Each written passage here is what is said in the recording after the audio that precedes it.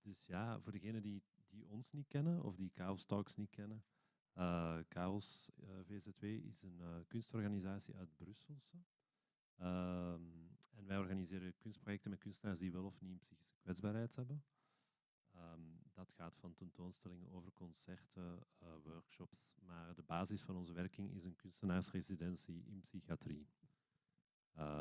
Wat houdt dat in? Wij nodigen kunstenaars uit, al dan niet met een psychische kwetsbaarheid, op basis van hun werk, om bij ons te komen werken en of te logeren.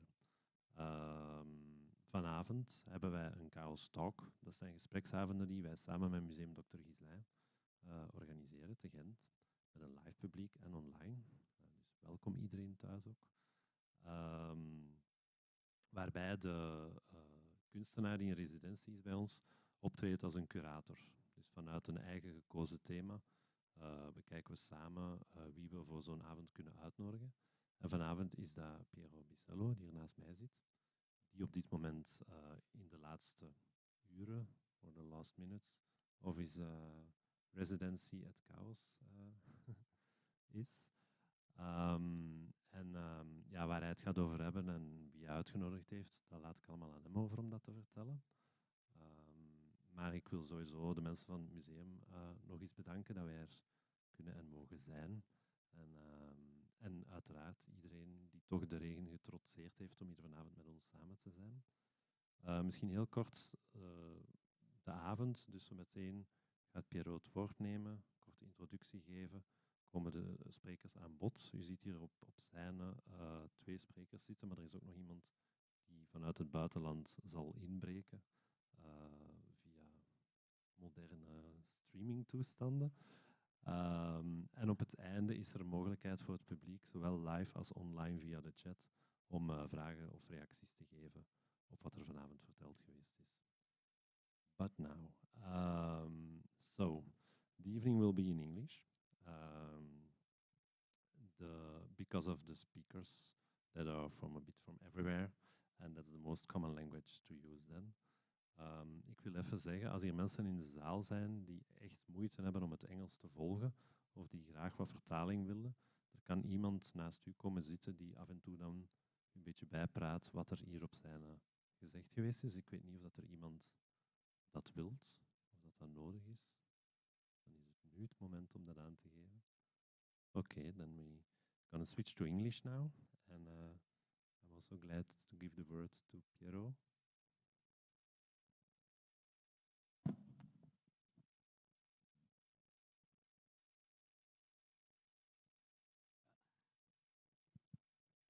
Thanks, Mike. Welcome, everybody. This KAOS Talk, the second of the year.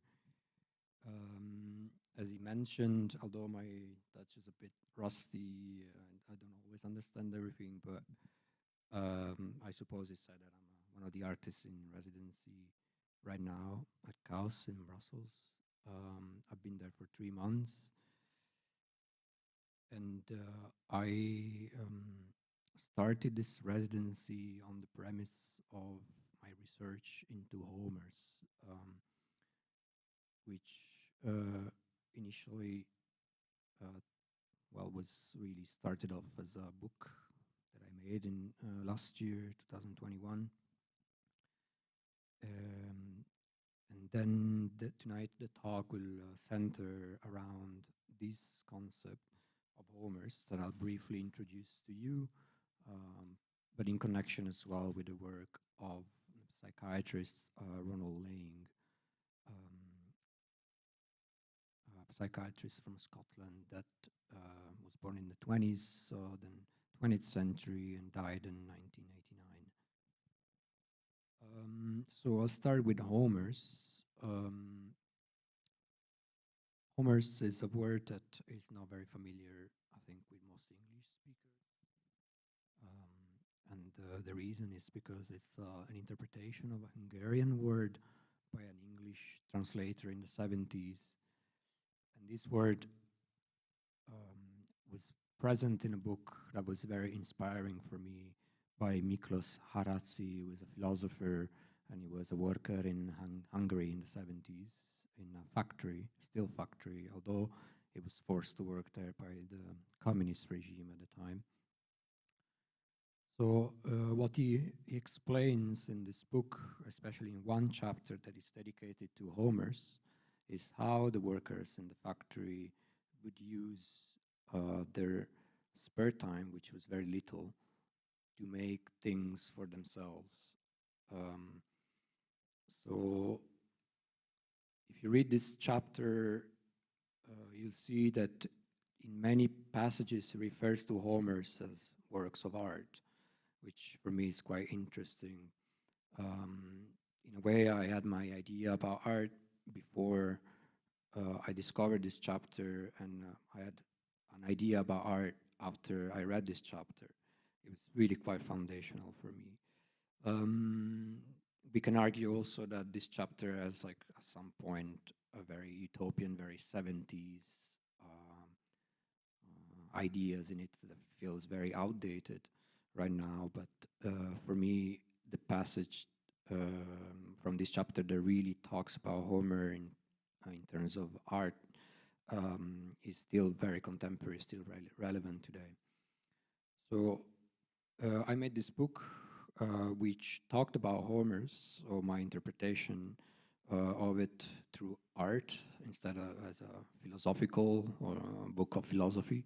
So you'll see there will be artworks that I feel that are connected to this concept, as well as texts, passages from other books that I found that relate to this Homer's. To explain it, maybe it's best to give an example. So if you imagine a worker in the 70s in a steel factory working on a milling machine, he might have had like 5 minutes where maybe the machine had to be restarted, where at the same time he could use spare parts, like leftover parts from the normal production, to make things for himself. Things that, as you see in the book by Haraszti, were never useful. Sorry. So there would be keychains, like ashtrays, very banal things, very everyday things, but very important for the workers at the time. Haraszti was like a philosopher at the time, was forced into labor in this factory, but he came there and he was able to write this book that was banned at the time in Hungary, but then I think he really grasped the essence of why these workers would risk getting into trouble, taking these 5 minutes to make an ashtray. So I want to read a few passages from the book, and I think they're quite clear in the way that they explain the reasons, the motivations for these workers, and also how this Homers, as well, in Hungarian is Fuzini. I hope I pronounced this right, but the translator from the UK in the 70s turned it somehow into Homers. So these passages explain why they're also connected to art. So I'll read, they're quite short. So, although for most workers, Homers are not vital, they'll make them anyway if they have the chance, and they'll try to create the chance if it doesn't exist already. Some will pay a high price to obtain a position which allows them to make Homers. The usefulness of Homers cannot be the real motive, because a worker's life is so dependent on the workshop, the machine, the materials, the shift at the factory, that there's no chance whatsoever of his making anything which he really needs. The tiny gaps which the factory allows us become natural islands where, like free people, we can mine hidden riches, gather fruits, and pick up treasures at our feet. We transform what we find with that disinterested pleasure, free from the compulsion to make a living. It brings us an intense joy, enough to let us forget the constant race. The joy of autonomous, uncontrolled activity, the joy of labor without rate fixers, inspectors, and foremen. Precisely what is senseless about Homers from the point of view of the factory announces the tranquil, insistent affirmative of work, motivated by a single incentive, stronger than all the others, the conviction that our labor, our life, and our consciousness can be governed by our own goals. So as you see, there's a connection with freedom that was lacking for a worker in a factory in the 70s, but there's also a talk of joy, uncontrolled activities, some attitude towards labor that eventually we can see as very similar as what they were doing anyway, so making steel pieces for tractor engines, but with a different, as I said, attitude. Then Haraszti, again, maybe we can be a bit more critical of the last part of this chapter. It talks about the great Homer and how this could be turned into a utopian world where everything feels right to him, and everybody will just work in order to make Homers, and we'll exchange Homers in a barter society. So there's, of course, a lot of utopian ideas there that, at least to me, felt quite outdated, but still, like, what I think should be kept in terms of like philosophy of art is this attitude that he talks about, this strange relationship between freedom and labor, which sometimes can be seen as opposite. So I was invited, or I applied for this residency at KAOS with the conviction that there could be also something interesting to discover about Homers in that context of the psychiatric institution in Brussels. The book that I made in 2021 collects also a few of what we would call outsider art projects, but that was not really the reason for me, or there was not the connection that I first saw as important to be in that residency. To give you an example, here in the collection you have the model of the Robert Garcet Tower close to Liège. Maybe some of you know it. That was also a part of this book, and the reason why I considered it a Homer is because Garcet, the person who built it, was actually a stonemason first, but then he chose that his work, his labor, had to do something else than building stones for other people's houses. And so he built this tower that you can see here in the collection, and you can find by accident in the book as well. So I started the residency 3 months ago, and I was given two chances to let's say, opportunities at the residency. The first was to be close to patients of the institution that were actively making art. And then for me that was important because there was a similar idea of need and joy that I saw in some of these patients when they were making art. But maybe more importantly, I was given the opportunity to study the connection between Homers and an institution like the Sint Alexius and KAOS in Brussels. So that's how we come to Laing. Laing, I didn't know him before. I was reading a book when I started this residency. It's a book published by Valise on health and art, and big part of the book also talks about mental health. Laing is mentioned over there. I didn't know him, and thanks to the time that I spent, that for me felt also very liberating during the residency. I could read all the books by Laing, and one especially was very interesting for me because it was a book of poetry. So Laing, for those who don't know him, is now associated with anti-psychiatrist movement from the 60s. He was a very famous celebrity in the 60s, especially early 70s. And he wrote many books on psychiatry, but he was also a singer, he was also a songwriter, and for me, more importantly, he was also a poet. He made a book called Notes. I brought this here. That's, by the way, him in the 70s, I think. And today's topic for the panel discussion that I organized is the Homer of R.D. Laing. And what I mean by that is that himself was a psychiatrist first and a poet after. So his poetry for me is a kind of Homer in the way that I try to describe it, or I try to read it from the passage from Haraszti. So today I invited three guests to talk about this connection between Laing and the poetry that he wrote and the concept of Homers.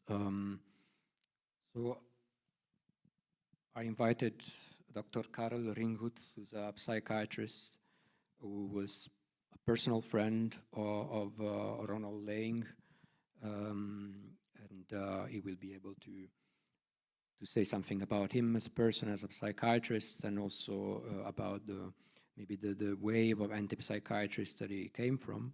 Then I invited Emile Rubino, who is an artist based in Brussels, who's made work that is somehow inspired by a similar attitude of Homer's that I try to describe. I invited him to talk about why it's important for him to work with this kind of attitude and maybe show some of the works that he made in that respect. And then from Zurich, I don't know if you can see her, but she's online. That's Leila Peacock, who is an artist and writer, originally from Scotland, like Laing was, who not only has a background in literature as well, so I'll ask her a bit about formal qualities of Laing's poetry, but also she made work herself as a poet inspired by the poetry of Ronald Laing. So I prepared some questions for each of the guests. I'll start with you, Karel. So if you can tell us a little bit how you met Laing in the first place and your experience of Laing as a psychiatrist.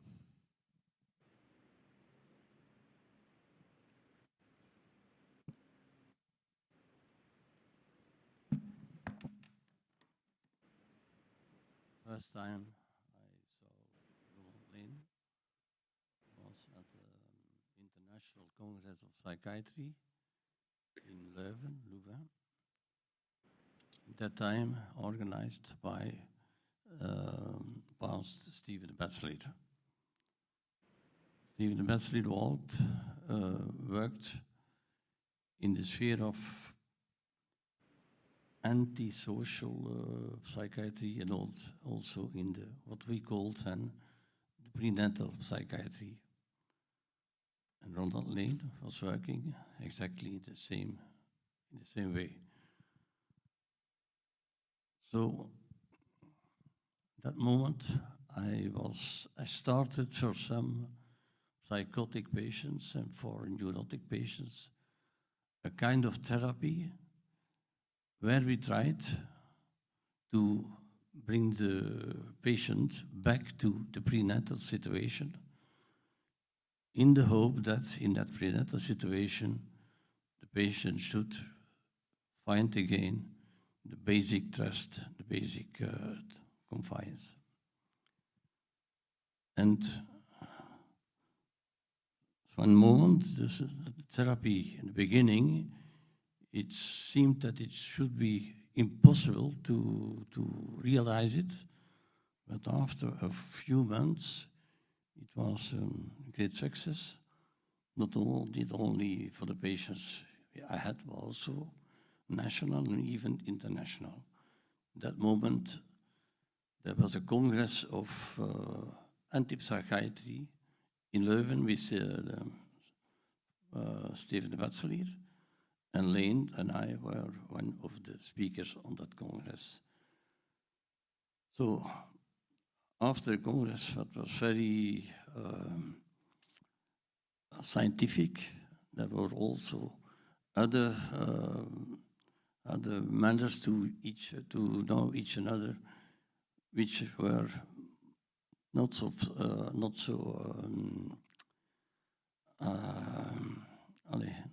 official. And one moment, on the evening of one of the Congress days, we were together with a few friends and Ronald Laing and other friends, psychologists and philosophers who worked again also in the Congress.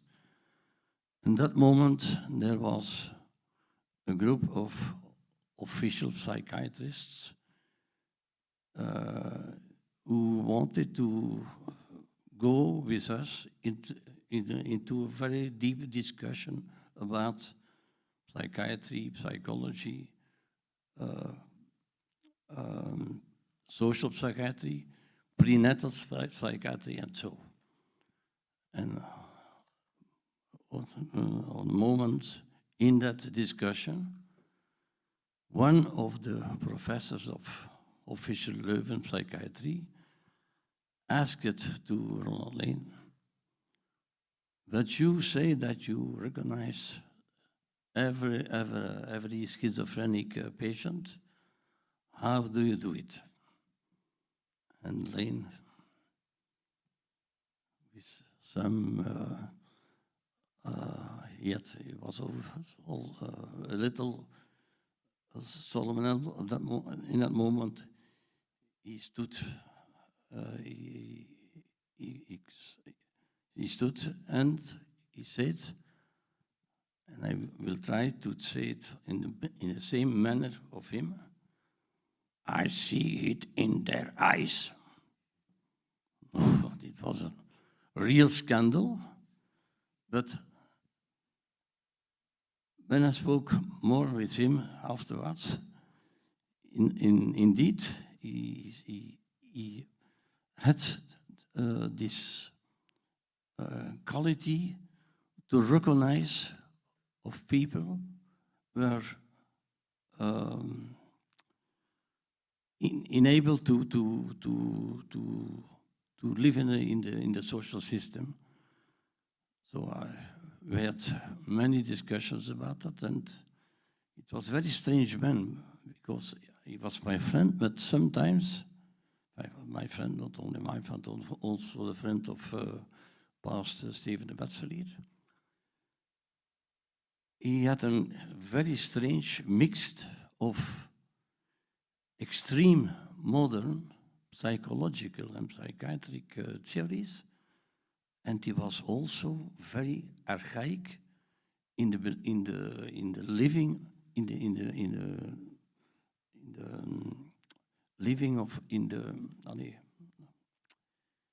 his social situation. For instance, he was a very national Scot. He was Scottish, but he was very national.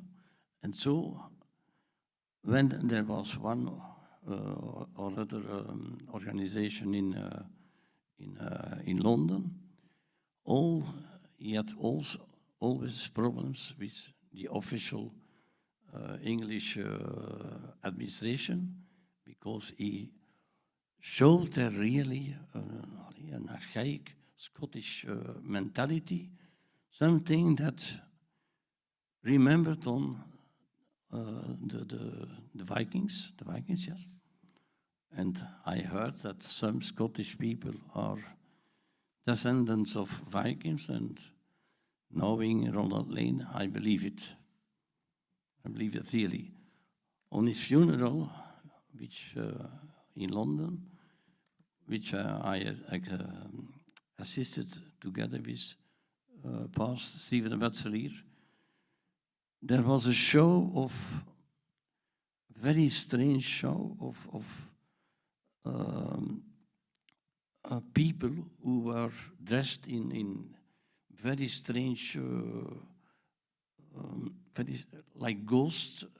There were very strange speakers. It was very a kind of, it was surprising, but also there was something in it that where you should recognize its real capacity. Its real capacity it was then from an internal mind going to other people, he had a kind of very impressionating influence. Very strange. There are, in all my life, I think I've been impressed by 3 or 4 persons, and Ronald was one of the persons who realized that. But in the meantime, he was very gentle, he was very intelligent, he had compassion, especially that compassion. Something that in the actual psychiatry is a quality that has been, in many actual psychiatrists, that has been lost. He was a friend, scientist, a poet. Maybe that in that kind of thinking that you must be poet, but me too, I'm a poet. So if you want, I can give some poet, but for another time. He passed the night sometimes with me in my home, and it was really some moment. I was in my sleeping room, and he inside his sleeping room, and we had drunk a little, too much, and we were some moment we were in a different sleeping room, but we must go to toilet. And so at 3, 4 in the morning, we met each another before the toilet. And that moment, he said to me, Dr. Livingstone, I presume, just like Stanley and Livingstone, when they met each another in Congo, when Stanley had his road to Congo there. So that's, I went together with him, with my friend, past to the funerals, and there also it was very strange. It was a mix of people who were from one side anti-psychiatric, but from the other side they were people who were very friendly, very true, and that was, I think, his greatest capacity to be, in the meantime, very intelligent, but also very true and compassionate. And thank you. Can I ask you another question about poetry? Because you mentioned that you write poetry and you know of Laing's poetry as well. Yeah. Why do you think he wrote poetry? And why do you write poetry, and why do you think he wrote poetry? I think that poetry depends on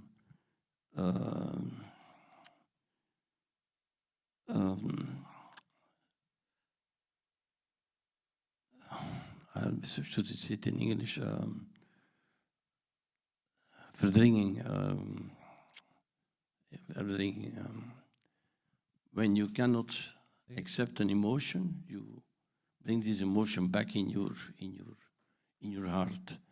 And I think that when you are a little intelligent, and I think that Ronald Laing was a little intelligent, I think also that I'm a little intelligent. And when you cannot express this intelligence in an emotional way, that you automatically go to poesy. Yes, I think. Yeah. Okay, thank you. We go back to the moment you met. You talked about this therapy that you initiated in Belgium, and the idea is, as you mentioned, to find a prenatal condition, and that's what Laing was interested in when he came for this Congress. and you want to show a film about this therapy as well. So we're gonna have a look at 8 minutes of images of this therapy. Yep. Is that we try to live again in that situation because in that situation there's a total fall of empathy between so we try to find this, to refine this kind of empathy with patients who have suffered enormously, especially autistic patient, schizophrenic patient, and also heavy neurotic patients. So we will see. Thank you.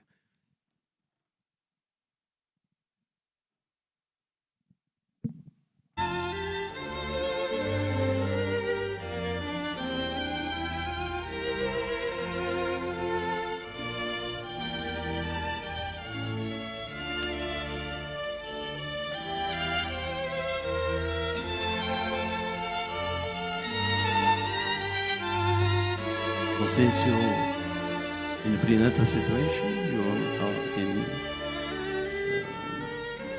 abdomen of your mother, you are in an aquatic situation. So we had the idea, if we recreate this prenatal, this situation, and if we can bring our patients in this situation, where they also hear the sounds, what they had, which they heard in their prenatal situation, that you can refine the basic trust, the basic confines of someone, and that you, when you find that, you can better the neurotic impulsions, psychotic impressions of the patient. So we learn to our patients how they can go underwater with diving, little diving instruction. Here you see the uterus. The sounds you hear is the heart eggs of the mother. We have also sounds with the voice of the mother filtered by the water. We can have it special for some patients, otherwise we have a very general impression of that.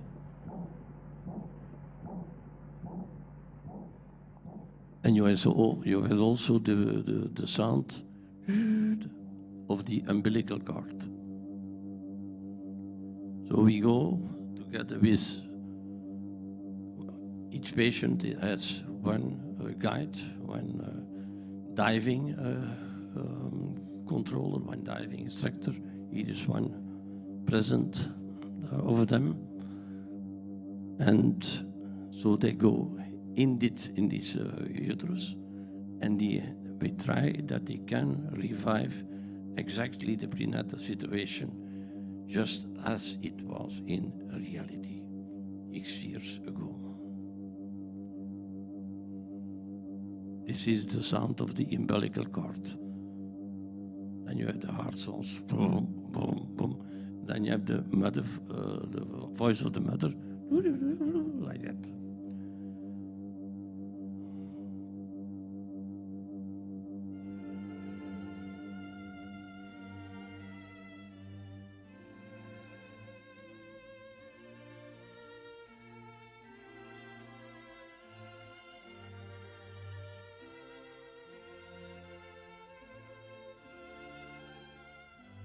Do this with neurotic patients, but also with psychotic patients, also with schizophrenic. And one of the good things in it is that patients who have this kind of illnesses are doesn't accept therapy, other therapies or medications. So. And when you do this way with them, they trust you, and they follow also the classical treatment.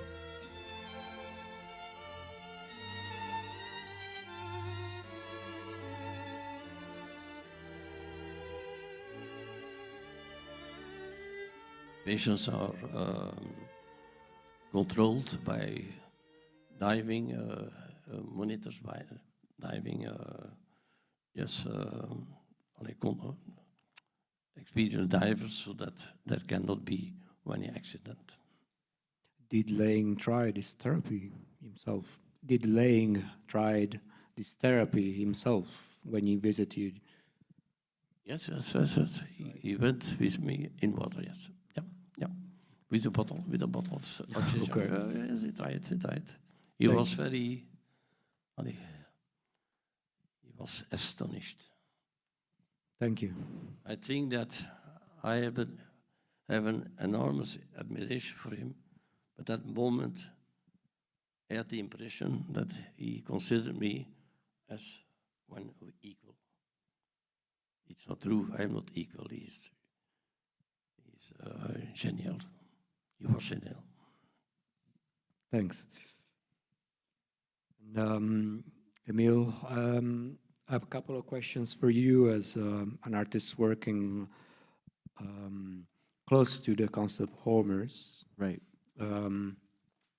So I know you know the book that I made. You told me you find it inspiring in some ways, and if you can talk a little bit in which way you like that book and which way you found yourself in that book through some of the examples that you have from your own work.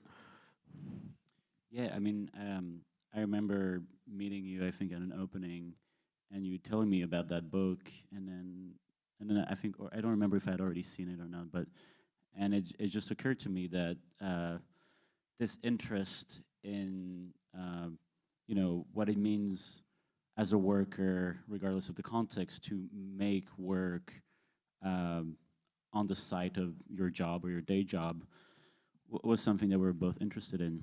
And it just so happens to be that at that time I was working on these photographs here, which we're going to look at, which I was making at my day job. So I'm an artist, but I also, like many artists, for money, have a day job on the side, and I work in an art gallery where I do all kinds of things. You know, I install the works, I document the works, I organize transports for the works.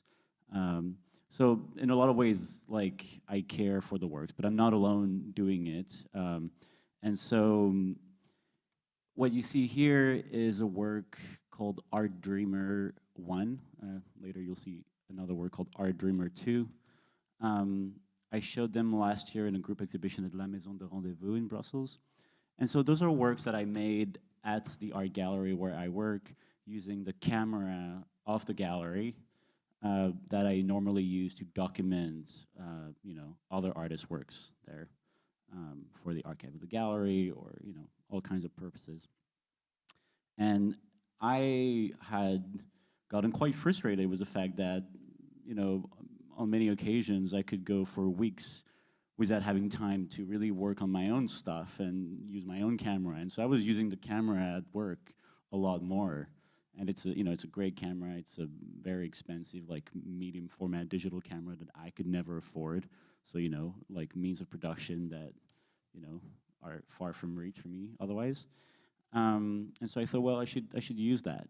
I should use the camera there and just make work on, on the side or on lost time there. And so what you see here is, in fact, the reflection in a piece by the artist Jeff Case. Some of his works, for those who know, are these very reflective sort of wall relief that are made with car paint. And, usually, I mean, they're really they're a pain in the ass to photograph. Like, usually you would spend like hours either trying to set up, drapes around them, but it's never good. And then so often you just have to go in and Photoshop the lights out and the strobes. So what you see here on the side, for instance, is the strobes. I mean, they're complicated works to photograph without reflections, but the reflections are also what makes it like a tangible thing when you look at it, because otherwise they just look completely flat. And here I merged it with a second photograph of my colleague Nadia, who is the longest standing employee at the gallery. She's been working there for over 25 years, I think. And she cleans the gallery, and the gallery would not function without her. It would literally not work, you know? Like, so I was interested in not only making work with the means of production that I had access to at the gallery and sort of feel like I was reclaiming some of my agency and time as an artist, but I was also interested in highlighting all the kind of unseen labor that goes into making an artwork not only accessible but also valuable, you know? Like, an artwork isn't sold if people can see a picture of it. It's not sold if it's damaged or dusty, et cetera, et cetera. And so there's all this kind of maintenance work, both Nadia's maintenance, which is, you know, on this very primary level, but also my own labor as the photographer documenting these works. Where am I supposed to click for this, actually? There you go. Okay, that's good. So this gives you a sense of the scale of the work. So they're not very big. And they're face-mounted, so they're also quite reflective. Again, you have to imagine, like, they're face-mounted with plexiglass. So there's sort of a bit of a mise en abîme at the level of the object itself, where once it's exhibited, like, it is also kind of reflective. So, you know, for it to be documented would in turn be quite complicated. Yeah. And so this is the second one. So this is called Art Dreamer 2. And so it's another picture of Nadia. It gives you a sense of the scale, I guess. And this time it's a picture of her inserted in the reflection of an artwork by Louise Lawler. And Louise Lawler is an artist that, you know, is one of my heroes. And she's mostly known for photographing artworks in their context in collectors' houses or in museums, and kind of showing this background of the art world. And so I guess it was also a bit of an homage to Louise in this case, but also kind of questioning of her work, you know, because of course, for all that her work shows, there's also what it doesn't show. And, you know, I guess like documenting her work, yeah, I wanted to sort of address the sort of weirdness that brings for me. Can I continue asking about the importance of this position that you hold in the gallery?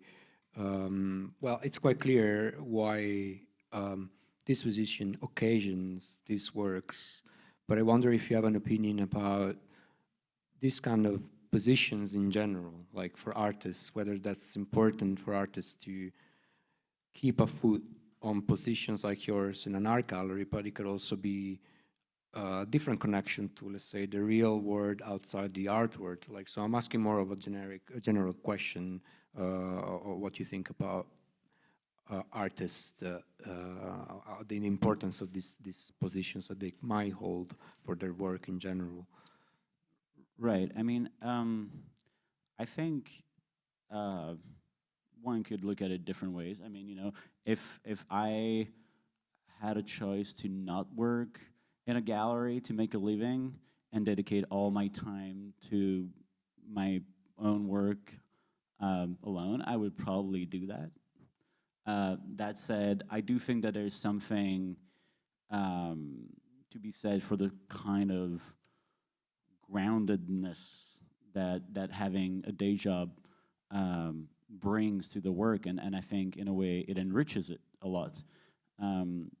And I think that that's true not only for artists, you know, that's true for other positions in the art world. And, you know, like I have a saying, like I always say, I don't think I would trust a curator who's not painted a wall themselves once.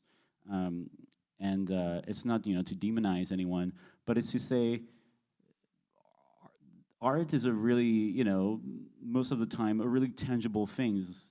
Like, it's made of really tangible things. And so I think to really be conscious of the material implications of it and the labor that goes into the production of it in many regards, is a really key element that can never be discounted. I think it's, I mean, I look at things under a material kind of Marxist,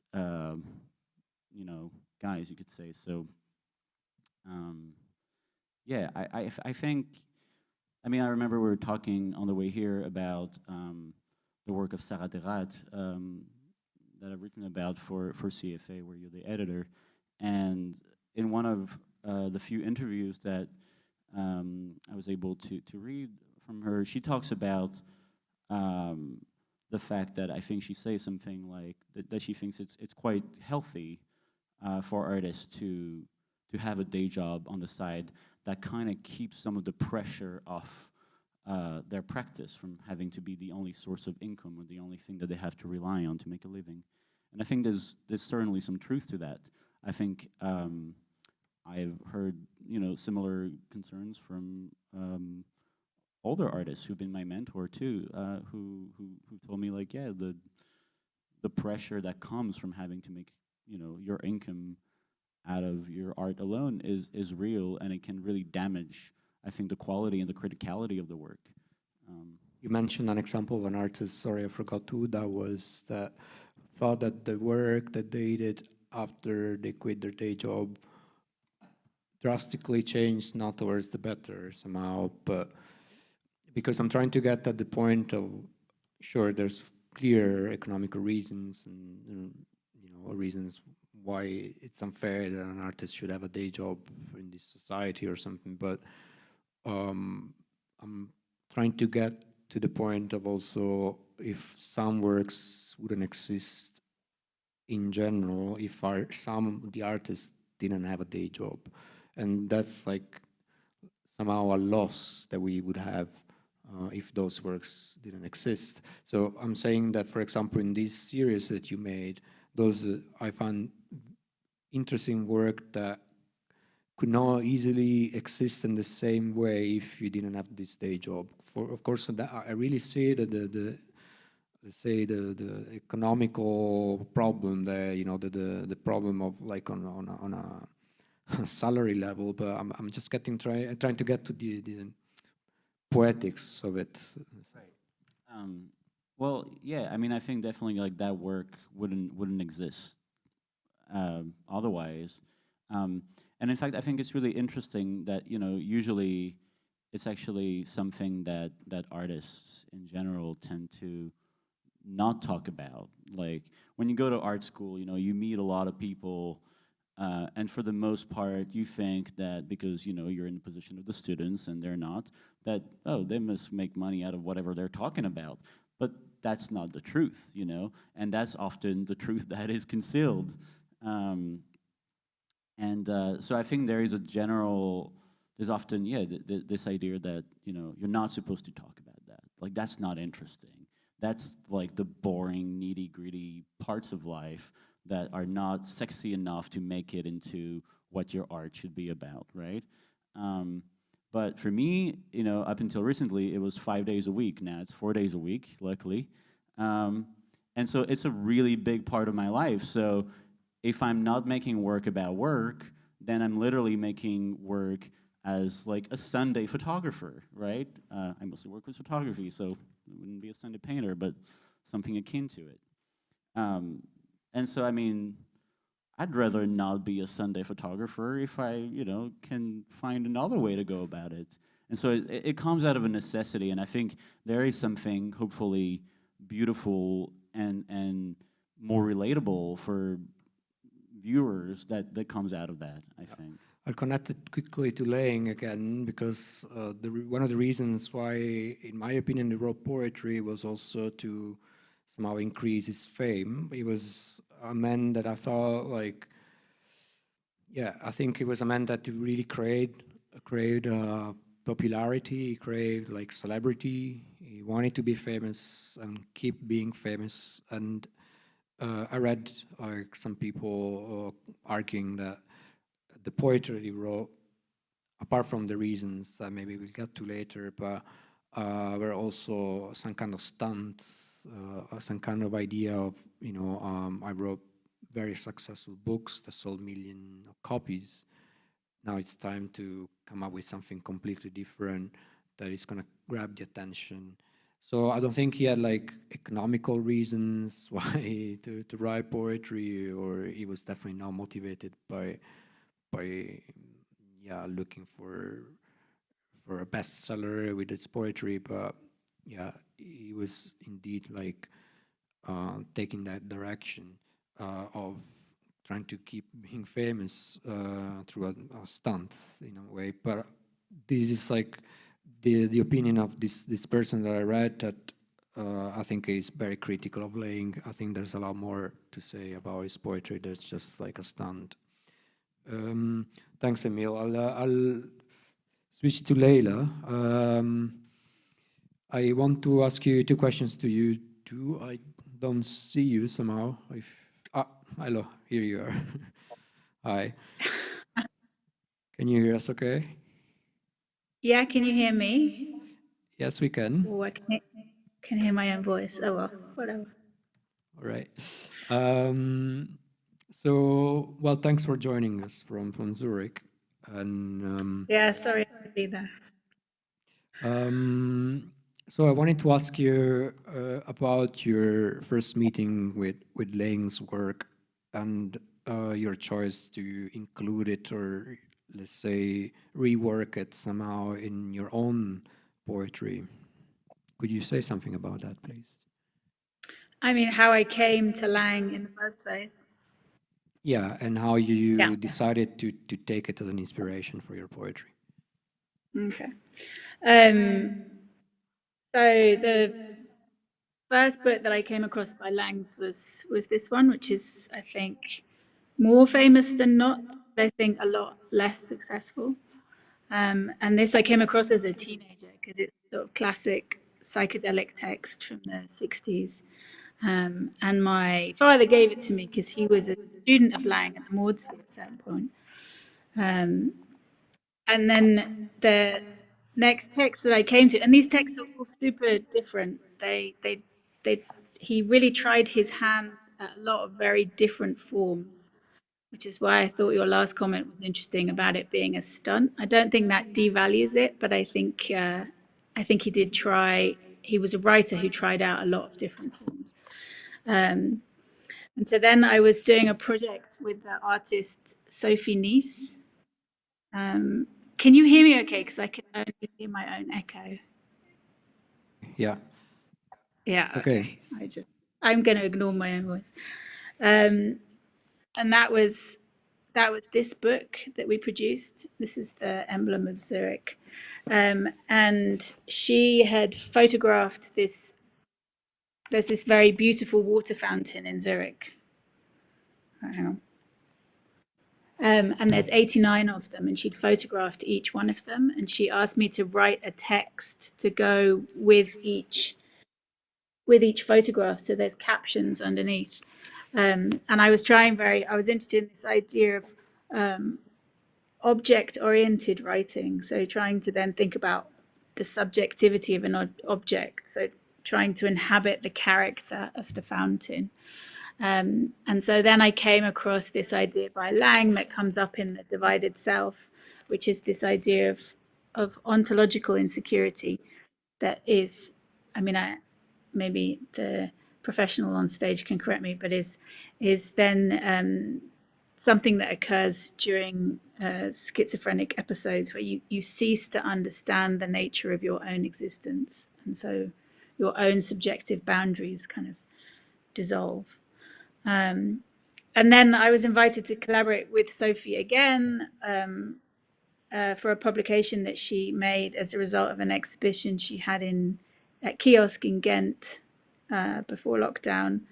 And that was called Family Nexus. And so I wrote a text for that. So these are images of Sophie's work from the exhibition, and then I wrote the text alongside. And she then gave me a copy of Knots. I hadn't come across Knots before. So you can see that there was a sort of visual homage in this. Michael B looks a bit different to us, but there was a visual homage to what we did with the book that was produced. And so she gave me the book to look at, and I kind of parasited it. So I took the tone and the style of his work, and I used it to write something in response to her work. And I was thinking about this, what you said in relation to this idea of Homer's, because you were asking me if it's relevant for my work when we spoke about this, and I didn't sort of click, but actually listening to Emile talk about it, I realized that my day job is I edit other people's texts. So I'm employed to make things more readable. I'm employed to make things look as if they've been better written than they have. You know, this is how I make money, and then, you know, have more time for my artistic work. So I'm quite interested in parasiting other people's texts and rewriting them from the inside, which is a kind of very sacrilegious thing to do because of authorship and intellectual property, but it's quite a fun boundary to break through. So it's almost like you're a parasite, or you kind of are a zombie who sits inside someone else's text, and then you can kind of deform them from the inside. So I would say that's what I tried to do with Laing, which sounds very sacrilegious, but it came out. Yeah, it came out quite nicely. It lends itself well to that. Can you say something a bit more about how you reinterpreted this poetry of Laing, like in which way, formally speaking, like if there's a similarity in terms of subject, if there's a similarity in terms of sentences or style, of like length, like can you say something about that? Yeah, sure. So one of the things that's very striking about Lang's text is that it's very sparse. He's very economic with the words. So he's obviously taking the premise of Knots is that he distills his psychiatric evaluations and experiences with patients into these kind of almost concrete poetic pieces.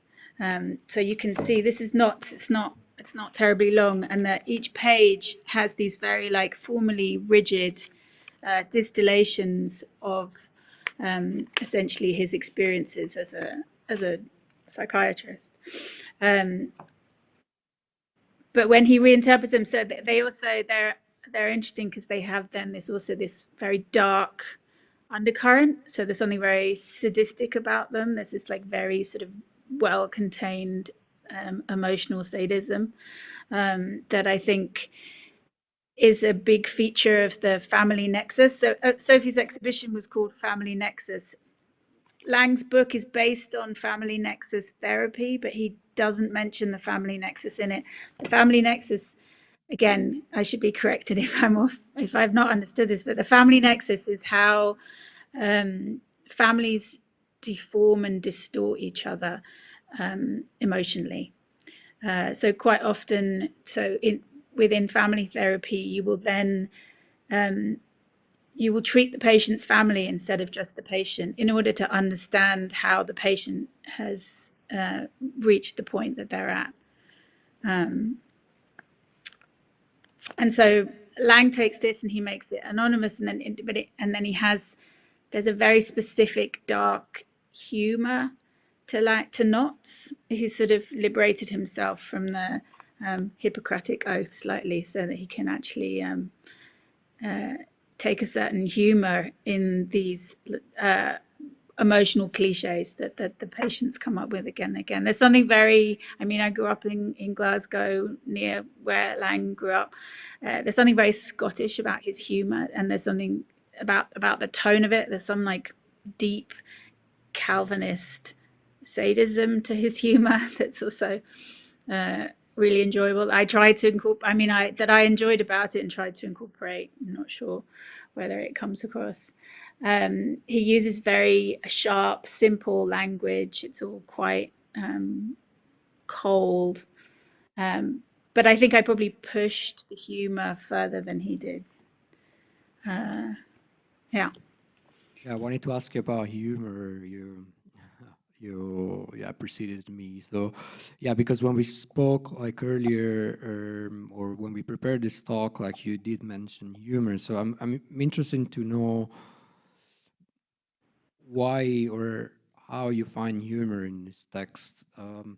For me, the poetry that he wrote is really connected, as you say, with the idea of like research into the family relationships. That, for example, that was the foundation of his Politics of the Family book, where it's really taking almost like a documentary approach to I think 11 cases that he analyzed and in the early 60s, but then turned that research into, as you say, very dry poetry, very short, almost small theater pieces actually, where there's different characters interacting, and then you realize that they're annoying each other, they're also loving each other, that there's all these kind of relationships that we're all familiar with because most families, all families have them. But I agree with you that there's like a certain coldness to them. There's almost something algorithmic. There's like repetitions all over. And at one point, I really wondered if that was a machine that produced this poem. But I still don't quite see the humor, maybe because I didn't grow up in Glasgow. But if you can unpack that a little bit to us, because I think it's also interesting to see that maybe he came to poetry also to maybe explain the same things that he wanted to explain with the Politics of the Family book, but with a different language. I guess humor is always subjective, and it's always each to their own what they actually find funny. But I mean, I think in terms of the style of someone who's also called humorous, and some people don't find it humorous, I would say that Knotts owes a lot to someone like Samuel Beckett. So it's this kind of nihilistic laugh or cry, people at sort of the edge of themselves, where actually everything is absurd and also deeply painful simultaneously. It's this really sort of like human condition humor. And I think actually the dramatic structure of it also, and even the formal qualities of it. So he uses punctuation a lot in a way that I also find very Beckettian. So there's also lots of sort of, it's all broken up, and there's sort of, he incorporates awkward silences using the punctuation. And these characters of his are kind of pathetic but also familiar. So we pity them, but then they are us at the same time. Which I think I personally find funny, because otherwise I would find it like deeply unredemptive. So I think humor then becomes a strategy to then deflect from this otherwise uncomfortable portrait of the human condition. And last question for you, Leila. It's like, do you know, or do you have an opinion as to why he wrote poetry? Yeah, maybe the stunt might be one of the reasons, as I read, but why do you think he wrote poetry?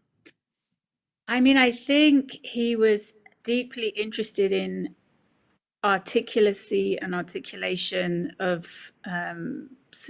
uncomfortable things within us. And I think as a I was trying to think about this in terms of diagnosis and diagnostic language, whether there is a whole thrust within psychiatric diagnosis to find the words to describe the mess, and whether this then just, if you're then a very genius psychiatrist, this gives you a very particular interest in words. So I think I wouldn't call him a poet, but I think I really would call him someone who had a very brilliant understanding of words and what words can do, and that came from this medical training, which is then interesting to then convert it into this poetic form.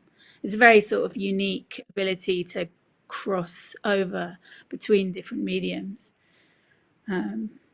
Thanks. That's yeah. I really agree with that opinion. We'll open now to the public if there's any questions from you. about anything that's been said. Yeah, we have a traveling mic. That's it. I'm not sure if it works. Hey.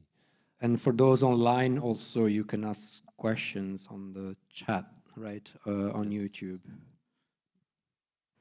So, are there questions or thoughts or remarks or see one finger? So, wait, because otherwise they can't hear. Yeah, I'm a bit curious because if I understood, you said I had some poem to share if you want. I don't know if you want, but I'm curious.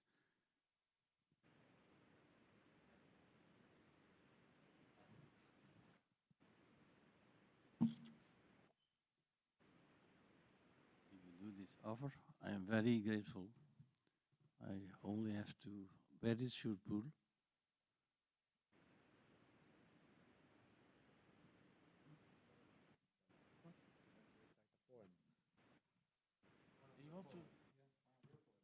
Yes. It's in Dutch, huh? No problem. Excuse.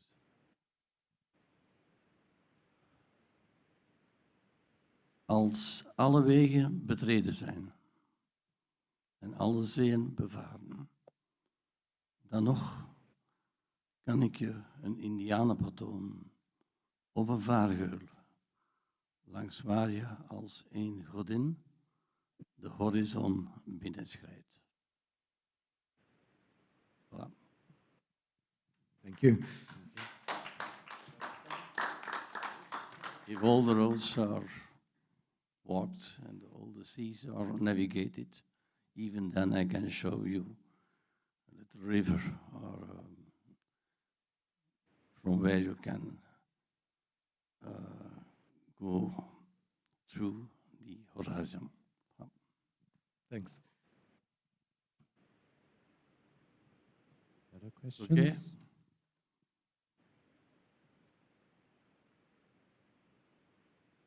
Yes. Hold on. One question for you, Emile, about the audience of your work and how did your colleague react to your piece? Yeah, well, she knew about the work, and I think she was like both a little shy about it, but also quite. I think she liked it. I can genuinely say that. I mean, I considered them also a bit like they were like.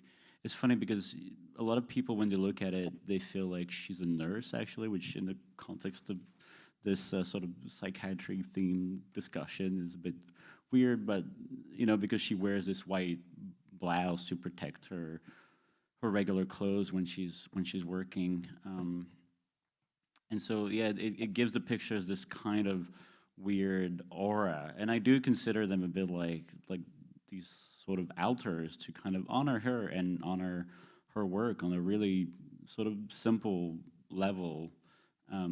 And I think she could see that. And there's the two photographs. There's one where she really looks a bit like a weird kind of saint, and she looks quite stern. And in the other one, she's laughing, and it's a totally different mood. And she preferred the one where she's laughing. That was her favorite one of the two. But I think, yeah, for the work, I think they were both necessary. But yeah, I think she liked it. Yeah, she came to see it before the show opened. Oh, no, just after. Sorry, and we spent quite a bit of time together looking at them. Yeah. And, maybe I should just add, because I remember that I forgot the title "Art Dreamer" came. I borrowed it from a short text, one of those short text pieces by Lee Lozano. And interestingly enough, when Piero, when you were mentioning the kind of utopian, like 70s thing of where the term Homer came from, it occurred to me that, yeah, that text by Lee Lozano, it was written in '69 for public hearing of the the Art Workers Coalition in New York City.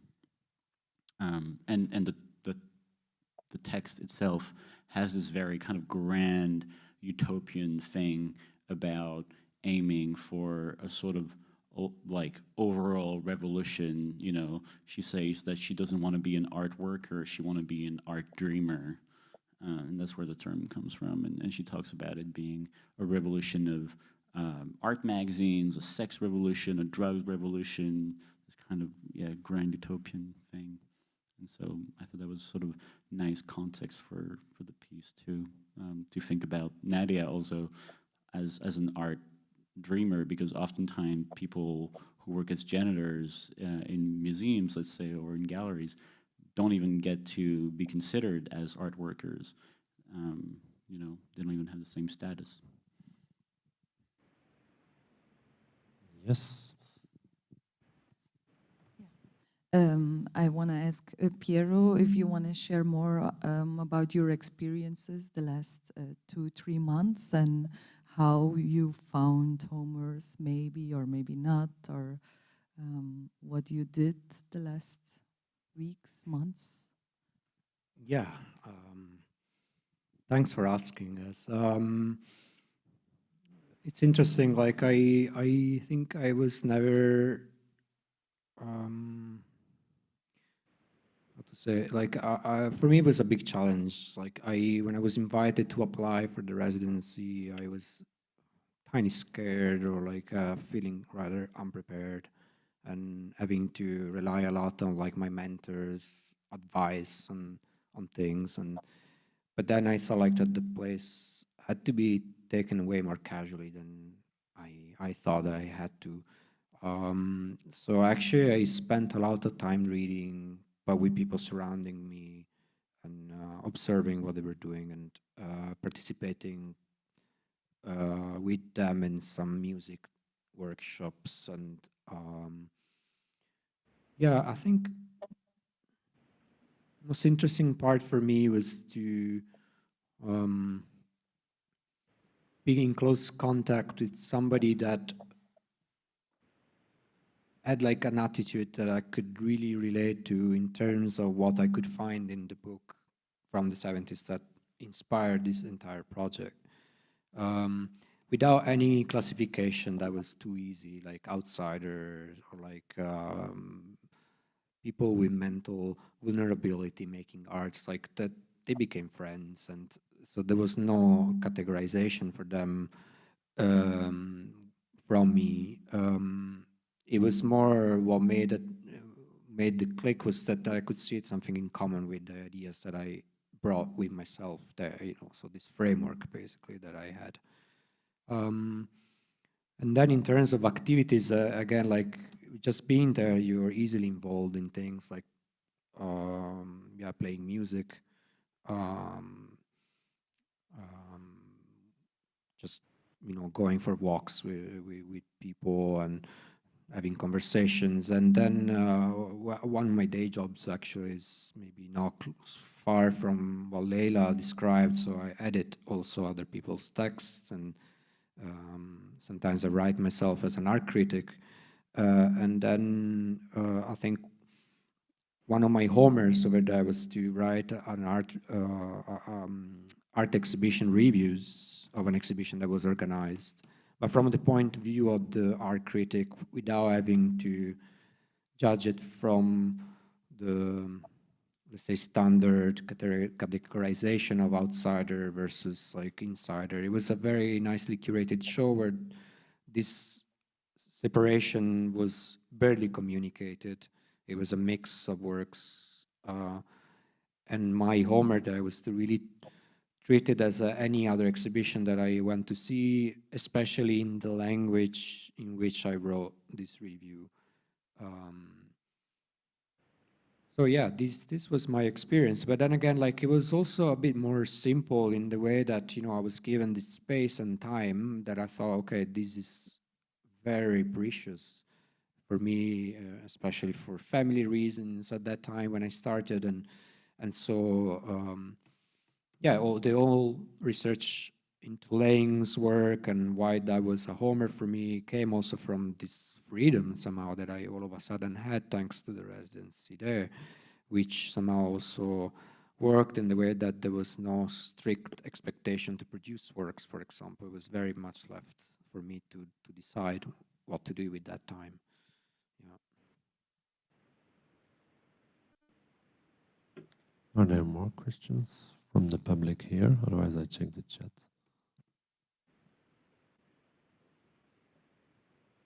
Quickly run to the chat then.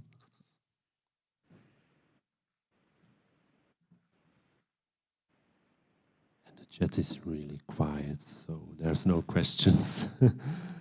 I have a question. I don't know. Well, questions or remarks? Leila. Yeah. Sorry, partaking from above. I was just wanting to ask Pierre, in terms of this relationship between Laing and Homer's, whether you consider that he used his work as a psychiatrist would then be a Homer for his poetry, or the other way around? For me, it was the other way around. So for me, well, it's complicated in the way that for me, actually, the more I understand this, the poetry of Laing and the work that he had as a psychiatrist, it kind of becomes less of a Homer in a way, because I really see so much the connection between the two. As I explained, for example, I really see the poetry as a continuation of this book that he wrote on the politics of the family. It's just with a different language. So initially I thought, okay, there's this psychiatrist that also wrote poems and also sung songs, and they're terrible. I find the songs terrible songs. And terrible songs. Yes, but you know, okay, that fit very well the definition that I had, or like it fit the framework probably too well. So I actually realized that maybe even thanks to this panel discussion, actually, that in the end, I really believe that these poems are a continuation of his more, let's say, scientific language that he used to approach like the politics of the family, especially. I almost wonder, like, if at one point, yeah, as you say, he mastered language, but maybe there's some limitation to scientific language at one point to explain what he saw and what he believed, that maybe poetry was the next available thing for him to communicate these things. So he kind of like didn't manage to go any further with like prose, for example, or scientific language. And then I said, okay, maybe let's try also to express these things through poetry, and maybe the message will come to people easier. I think poetry is a kind of extreme personal psychoanalysis.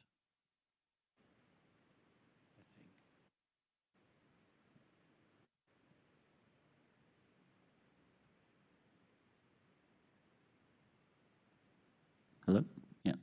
I mean, I think it's interesting to think about the notion of the Homer, or at least, you know, what it means to make work, or any kind of artistic work that comes out of a more, you know, practical or day job or whatever, in the sense that, in terms of how it relates to vulnerability, right? And I mean, like, I actually don't really know, you know, the poems of R.D. Laing, or I haven't listened to the songs, but now I'm quite curious about the songs, I think, more than anything.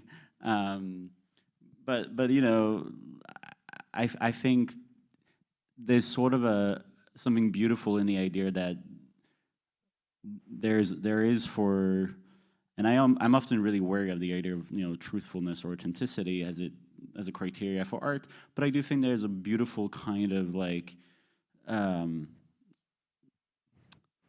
vulnerability attached to what it means to make work from that place, because there's sort of, you put yourself out in the open in a way that you reveal something that you would usually conceal, I think, in other contexts. Yeah, in this context, I think maybe that was really his ideas, and in terms of psychiatrists. In the end, like, I think he had clear theories that the thing that had to be revealed to other people, that I think he was interested in revealing to other people, you know, these theories that he had and the things that he saw and the things that he studied and the people he studied. So I think maybe that way it was important to reveal.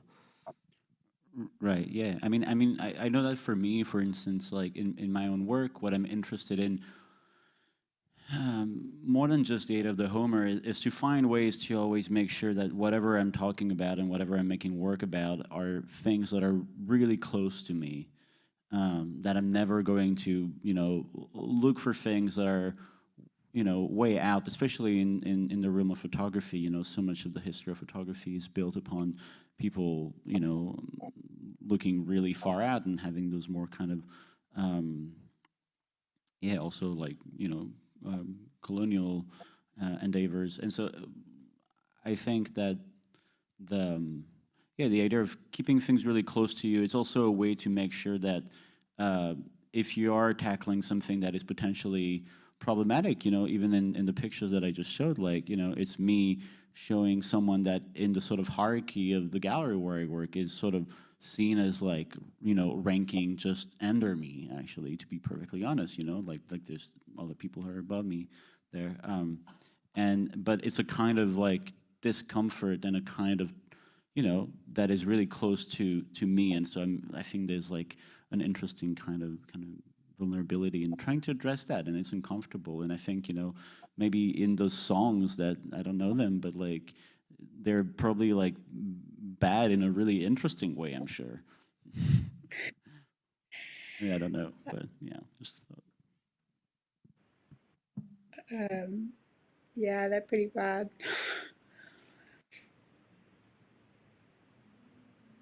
I was just curious about, I think we just heard two definitions of the role of artistic work or poetry. And I was wondering, would you agree with the description that was just offered of poetry as a form of psychoanalysis? And I was wondering if you could also elaborate on that point, what you meant by poetry as an extreme form of psychoanalysis, because of course you occupy both the position of the analyst and the analysand.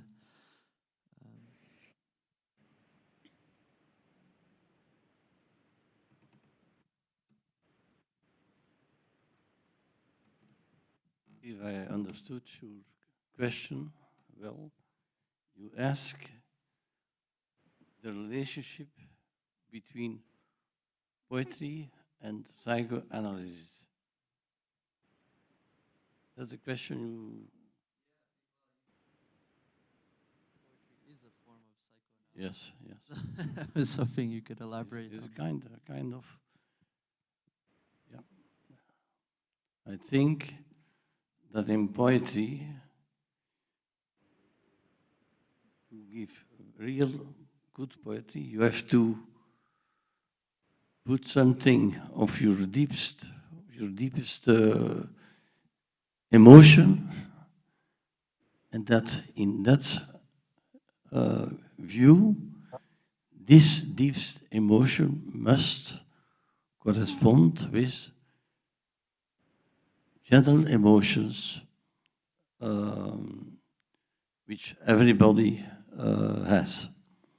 And so you understand that, for instance, when you read Shakespeare, you feel that when Shakespeare give you a few words, that you have the impression that in your heart and in your mind you knew these words. That is really way that Shakespeare wrote his poems, that was really psychoanalysis. Yeah.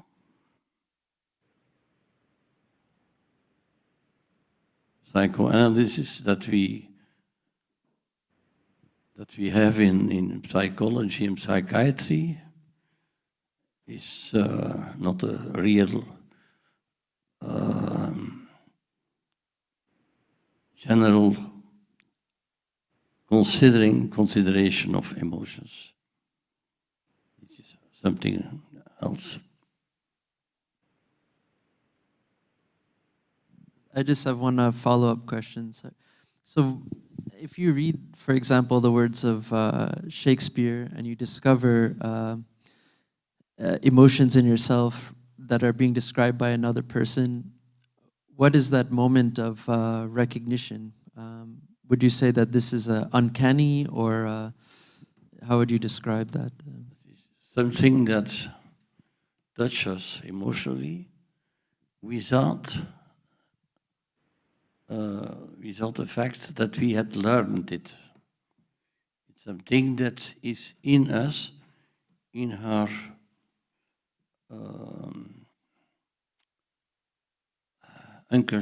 unconsciousness, that we cannot learn, that we cannot explore, that we simply have to undergo and to express.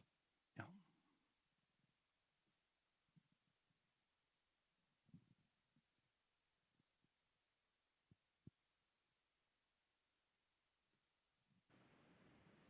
Shakespeare says in one of his poems there's something rotten in the state of Denmark. That means there's something rotten in our unconsciousness. You understand?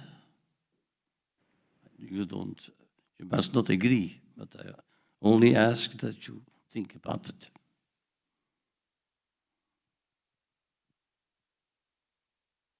There's something rotten in the state of Denmark. Denmark is here.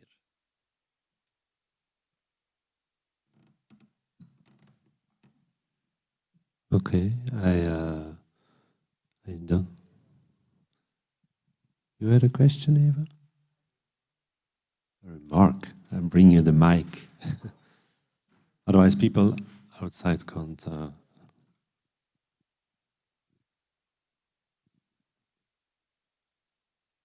I don't know how to explain what I'm thinking. Talking about media of mediums. Why to use mediums, different media, and how to use it? I think you need to see at that moment what you need. I think, and how it used the medium. And not thinking about, is it a poetry, a poet, or a photographer, or a movie, but how is the medium used, I think, and is it a good use or not? And that's just a remark I'm thinking. Yeah.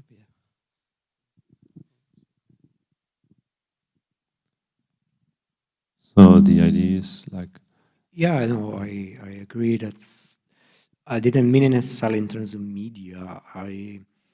It's more about types of language, or I mean, in the end, it's still a written medium. I guess the difference between, again, these two books that I referred to, so The Politics of the Family, if you read it, it's a very simple description, or at least it tries to be simple description of what he did in interviews with people that he talked to, that he treated. And he is trying to get to some point. But then you feel that I believe he believed that he failed with that book, and then he needed to use maybe similar words, but like, yeah, combined in a different way, and then treat it as poetry instead of like an account of a description of facts. Yeah, so I think I understand the point about different media. It's for me more about use of words that makes a break, you know. I understand it was very interesting to see all of you talking about it, but it was just a thought of thinking of I had a question. It doesn't matter if you're a psychiatrist or something, or what you are, but how you use the medium, I think. And that was just a thought, but it was very interesting. It was not to say something like, I don't understand it, why you ask it, because it's interesting what you're saying. But it was just a thought. Yeah, thanks.